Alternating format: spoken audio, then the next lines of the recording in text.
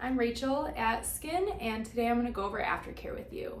So Aftercare is really important. We're trying to prevent infection and irritation and promote healing.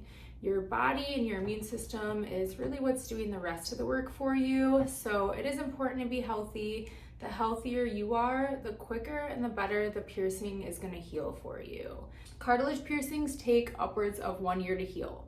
That's the amount of time you want to keep up with the aftercare and keep the jewelry in. You definitely don't want to change this yourself or to a ring until you're healed.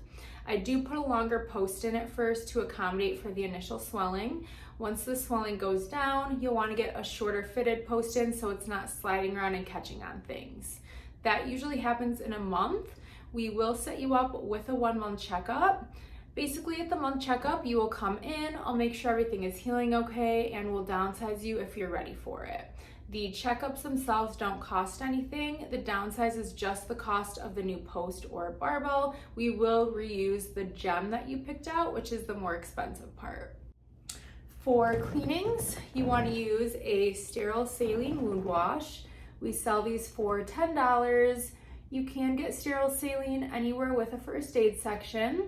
If you do get it somewhere else, make sure to read labels. You do not want a contact solution or a nasal spray. You also want to look at the ingredients. There should only be 2 ingredients, and that is USP grade water and USP sodium chloride, which is salt. The only difference between the ones I saw and the ones in stores is that mine is a mist. The ones in stores are full stream, which can be a little bit messy and you do go through product a lot quicker.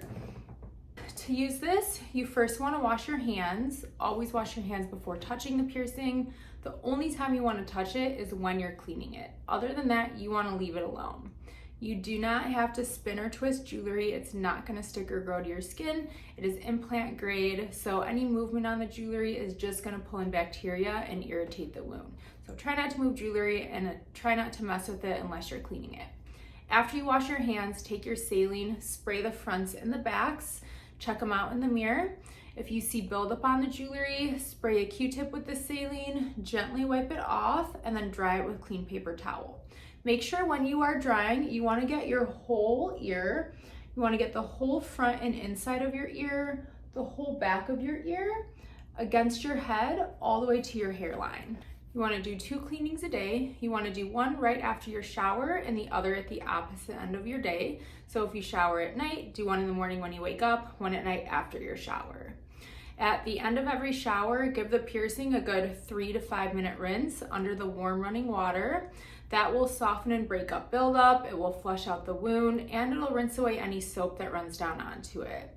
While you're in the shower, try your best not to get soap on it. The only thing you want coming in contact with the piercing while it's healing is shower water and sterile saline. Everything else, keep about a nickel to a quarter size space away from the piercing and rinse towards your back and away from the area for soaps, shampoos, and conditioners.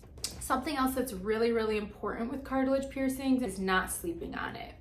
Do not sleep on a cartilage piercing. That is one of the quickest and easiest ways to get issues. If you have trouble with that, I do have a bunch of tricks you can use to keep off of it. My personal favorite is the bun trick. You put a bun in your hair on the side of the piercing. That will leave an uncomfortable bumper so that if you're asleep, you won't roll onto it, you'll roll right back over. If the bun doesn't do the trick, you can also put one of those claw clips with the teeth in that bun, and that will kind of give you an extra bumper because those are really uncomfortable to sleep on. You can also use travel pillows, ear pillows, donut pillows, whatever you have to do to keep off of it, definitely do it because that is the #1 cause of issues that I see with cartilage piercings. Other than that, just be really, really careful with it. Be careful with your hair. If it gets caught, unwind it. Don't pull from the head. Be careful brushing your hair, drying off after a shower, getting dressed. Always remember that the piercing is there so you don't accidentally snag it or catch it on anything. If you have any questions, please ask your piercer. We are here to help and we're happy to answer any questions for you.